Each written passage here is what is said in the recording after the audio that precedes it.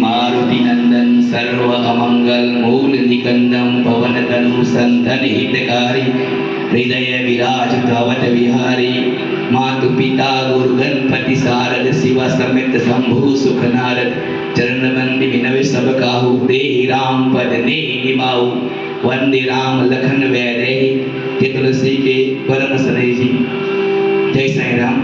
पहला तो व्यासपीठની નજીક ઉભીને બોલવું એટલે બહુ મોટી વાત કહેવાય ને મને જેવા ને આવો ચાન્સ તમે આપે કે અમારી આ બધા પિતા તુલ્ય લોકો બેઠા એટલે હવે મને બોલવા કે કંઈક હવે બોલવું પડે કે ગુરુ આદેશ આપે ને બેઠી આપે કોને ખબર શું થાય છે। રામના ધામમાં બેઠા કે જલારામ સીતારામ તુકારામ રામ રામ બાપા સીતારામ આવે રામને યાદ કરવા પડે। हे रामा पुरुषोत्तमा नर हरि नारायण केशवा गोविंद गोविंदी दामोदरा माधवा हे कृष्ण कमलापति यदुपति सीतापति श्रीपति वैकुंठाधिपति चराचरपति लक्ष्मीपति पाहि मां आदुराम तपोवनादिगमनं हत्वामृतं कांचनं वैदेही हरणं जटायुमण्डनं सुग्रीव सभासनं बाली निर्दनं समुद्रनं लंकापुरी दहनं पशुवद्रावण कुंभकर्णनं एतद्वी रामायण। जय श्री राम।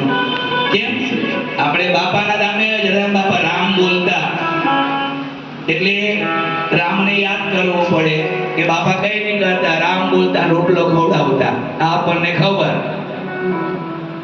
કથા અમાર તો આવવા નક્કી જ નહીં હતું પર હવે અમારા શૈલેષભાઈ છે શ્યામભાઈ છે અમને ખેંચી લાવ્યા એટલે અમે આવી રહ્યા કેમ ત્યાંથી અહીંયા સુધી આવું અને અમે સાળંગપુર ગયા ત્યાંથી વીરબાઈ માના મંદિરે ગયા સમય હતો બહુ સરસ શૈલેષભાઈ ગયા અને બાપાનો મંત્ર બારી પાસે બોલ્યા પ્રેમ ઇન્સાન કો જિંદા રખતા હે આટલું બોલ્યા એટલે ધારેદાર કાકા અંદર આવો બોલાવી દીધા અમને એટલે પ્રેમની જ વાત કરે કે કબીર સાહેબ પ્રેમની વાતો કરતા પણ બાપા પ્રેમની વાત કરે આપણે જીવતા જ પ્રેમ પર છે એટલે પ્રેમ વિશે કબીરજી કે પ્રેમ પ્રેમ હર કોઈ કરે પ્રેમ पिछाड़े न कोई आठ पहर डूबा रहे प्रेम उसी को होए। उदाहरण दिया पूछे प्रेम तो ऐसा कीजिए जैसे चांद चकोर उठा धर धरनी पर गिरे कहू नजर चांद की ओर।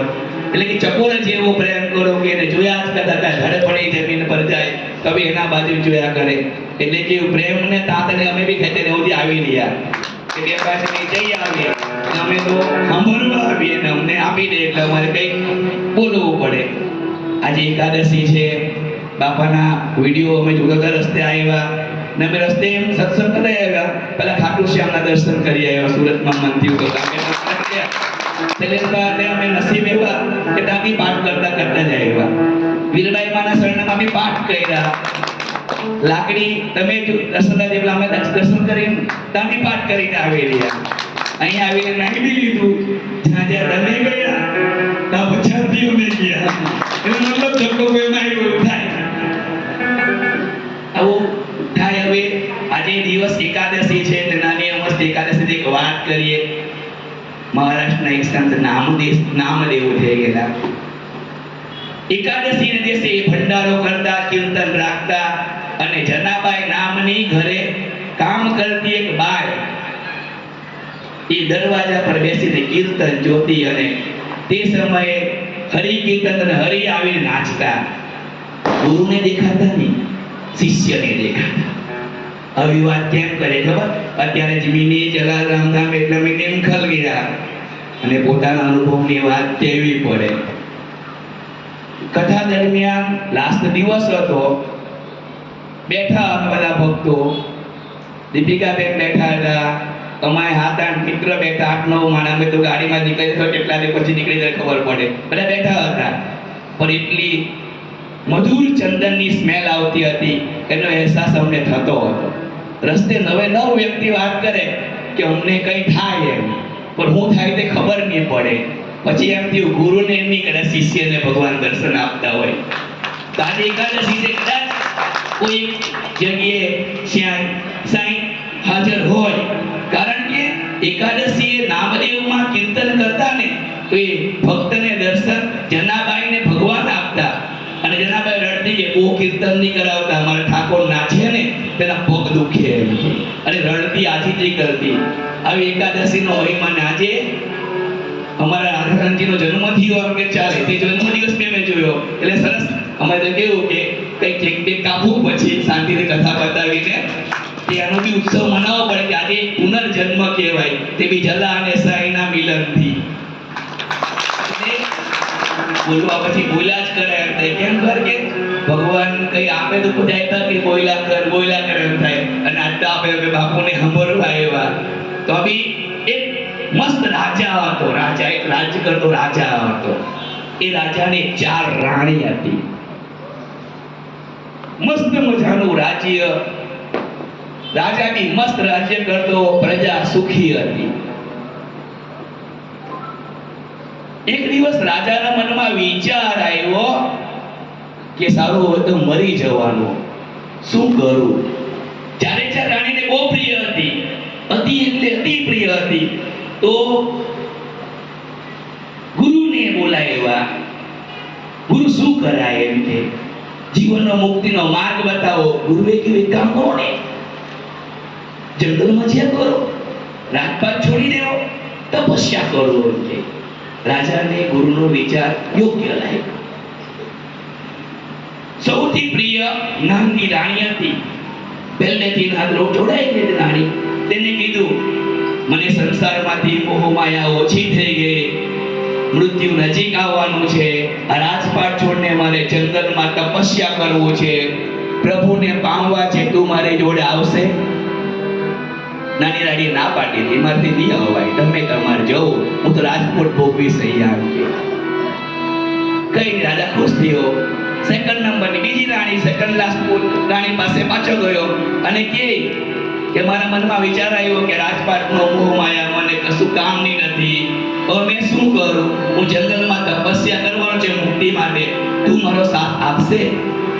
તો તેને કીધું ના, તું મને છોડી જશે ને, તું બીજો રાજા શોધી લઈશ, હું તારે જોડે નહીં આવું. હવે સેકન્ડ લાસ્ટ રાણીએ કીધું 4 તો પ્રિય છે, હવે ત્રીજી પાસે ગયો. ત્રીજીને બી જ વાત કરી કે મુક્તિનો માર્ગ જોઈએ છે, હવે રાજપાટ શું કરવાનો, મોત નજીક આવી ગયું છે, ચાલે જંગલમાં તપસ્યા કરવા જ્યાં છોડીને બધી માયા. ત્રીજી કે ના, પણ તને એક વચન આપું છું, તારો અંતિમ સંસ્કાર મેં કરાવું, જોડે આવા તો નહીં. ત્રીજી આવું કીધું. ચોથી છે બહુ પ્રિય હતી, તો આવવાની ના પાડી દીધી. સેકન્ડ નંબરની રાણી એમ કીધું તું છોડી જાય ને તું બીજો રાજા શોધી લેવા, પણ હું આવું તો નહીં છે એમ કે. અને ત્રીજી રાણી એમ કીધું તારો અંતિમ સંસ્કાર તો મેં જ કરીશ, પણ હું આવું નહીં. અને આમ કરતો કરતો નિરાશ થયેલો રાજા જ્યારે બહારને પહોંચ્યો એટલે બહાર આવીને ચોથી રાણી કશું બોલી નહીં અને કેવું ચાલ હું તારે જોડે આવું છું એમ કે. તો રાજાએ કહ્યું તને ખબર છે મેં ક્યાં જવાનો છું? તમારે કશું જાણવું નથી, તારે કાં લઈ જાઉં કાં, પણ હું હંમેશા તારી જોડે જ રહીશ, તમે જ્યાં લઈ જાય ત્યાં હું જઈશ. આ 4 રાણી એક રાજાની વાર્તા હતી. વાસ્તવમાં આ 4 રાણી એ 4 રાણી ન હતી, આ રાજા એ રાજા ન હતા. આ રાજા રાણી અમે ને તમે ને આપણે બધા છે. કેવી રીતે? તું રાજા છે ને એ આપણે પોતે છે. અને 4 રાણી પૈકી જે પહેલી રાણી છે ને કાયા શરીર છે, અને શરીર મરવાના ટાઈમે છોડી જાય. બીજી રાણી છે ને એ આપણો મોબાઈલ, લેપટોપ, ગાડી, બંગલા એ છે. તું મરી જાય તો બીજાની થઈ જાય, એ બીજાને પણ નહીં જાય. આ બીજી રાણી એ સેકન્ડ લાસ્ટ નંબર. ત્રીજી રાણી એટલે કોણ ખબર? આપણા મા બાપ, ભાઈ ભાભી, કાકા કાક, પરિવાર. એ કીધું અંતિમ સંસ્કાર કર આપો, જોડે આવવાની. આ 3 રાણી થઈ. કાયા એ પહેલી રાણી હતી. બીજી રાણી કોણ હતી ખબર? એ આપણી સંપત્તિ હતી. અને ત્રીજી રાણી એ હતી ને એ આપણો પરિવાર હતો, જેને આપણે બહુ પ્રેમ કર્યો. એક 4 ને પ્રેમ, શરીરને બહુ પ્રેમ કરેલો, આપણે ગાડીને બહુ પ્રેમ કરીએ અને પરિવારને તો બહુ જ પ્રેમ કરીએ. હવે ચોથી રાણી છે પ્રેમ જ નહીં કરેલો, જેને દરકાર નહીં કર્યો છે, જન્મથી આપણી હાથે, એ છે આપણી આત્મા. એ ચોથી રાણી આપણી આત્મા છે. એ આત્મા શું માંગે ખબર? એ આત્મા ભજન માંગે, સત્સંગ માંગે,